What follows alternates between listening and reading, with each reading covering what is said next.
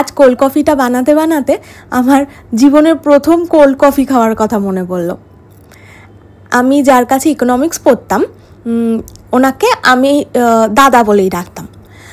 তো দাদার বাড়িতে আমরা তো গ্রুপ মিলে পড়তে যেতাম ইকোনমিক্স, আর দাদার উপরে আমরা প্রত্যেক সময় মানে অন্যায় আবদার চালিয়েই যেতাম।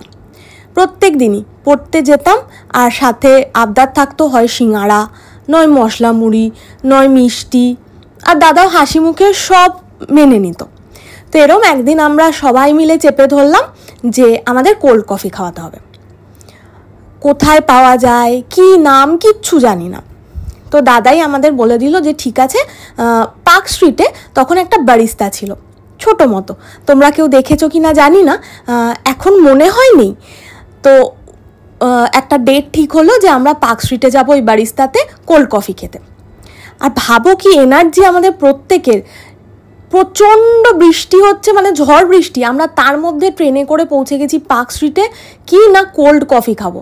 আর আজকে দেখো মানে অলিতে গলিতে ক্যাফে আর নানা ধরনের কফি, কিন্তু সেই প্রথম কফিটা কিন্তু কোনোদিন ভুলবো না।